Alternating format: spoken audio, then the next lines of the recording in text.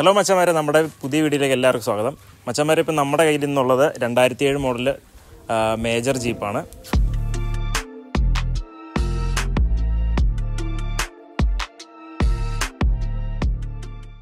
അപ്പോൾ ഇതിൻ്റെ മെയിൻ പ്രത്യേകത എന്ന് പറഞ്ഞു കഴിഞ്ഞാൽ, മേജറിൽ നമുക്കറിയാം പവർ സ്റ്റിയറിംഗ് ഒന്നും കമ്പനി കൊടുത്തിട്ടില്ല. പക്ഷേ നമ്മുടെ ഈ ഒരു വണ്ടിക്ക് പവർ സ്റ്റിയറിംഗ് ആഡ് ചെയ്തിട്ടുണ്ട്. അതുപോലെ തന്നെ ഡിസ്ക് ബ്രേക്ക് ഉണ്ട്.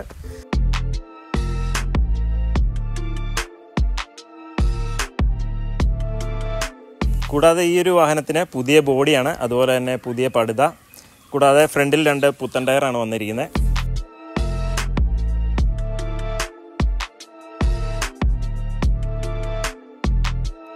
പിന്നെ ഇതിൻ്റെ പേപ്പർ ഭാഗം നോക്കിക്കഴിഞ്ഞാൽ 2029 വരെ നമുക്ക് ഇതിൻ്റെ പേപ്പർ ഭാഗങ്ങൾ നിൽക്കുന്നുണ്ട്. അടുത്ത റീടെസ്റ്റ് വരുന്നത് 2029 അതുപോലെ പുതിയ ഇൻഷുറൻസ് ആണ്, 11 മാസത്തേക്ക് ഇനി ഇൻഷുറൻസ് ഉണ്ട്. അതുപോലെ ടാക്സ് 2027 വരെയാണ്.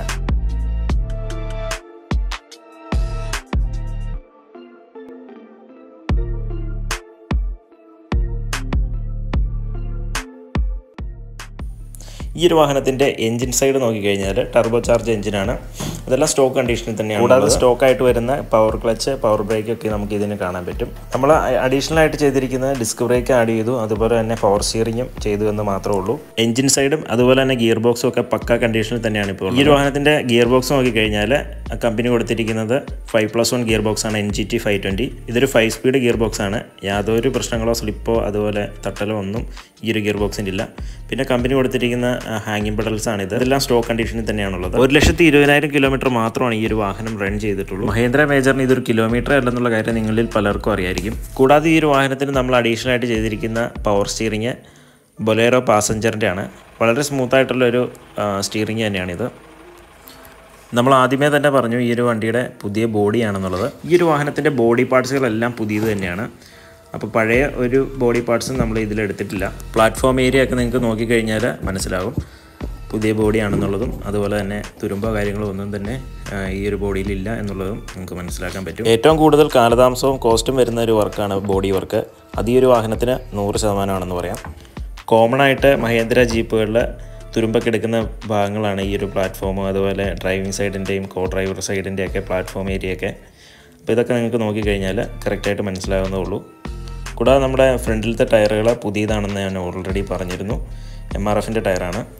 സീറ്റ് അപ്പോൾസറിയൊക്കെ നല്ല രീതിക്ക് തന്നെയാണ് നിൽക്കുന്നത്.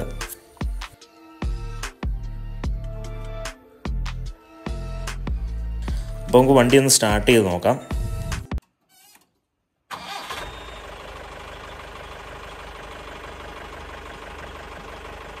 സാധാരണ നമ്മുടെ മേജറിൻ്റെ മെയിൻ പ്രശ്നമാണ് സ്റ്റിയറിങ് ഭയങ്കര കട്ടിയായിരിക്കും. പക്ഷേ ഈ ഒരു വാഹനം നമ്മൾ നിർത്തി തിരിച്ചാൽ പോലും യാതൊരു പ്രശ്നങ്ങളും ഇല്ല, അനായാസമായിട്ട് നമുക്ക് തിരിക്കാൻ പറ്റും. അത് പവർ സ്റ്റിയറിങ് ആഡ് ചെയ്തുകൊണ്ടാണ്.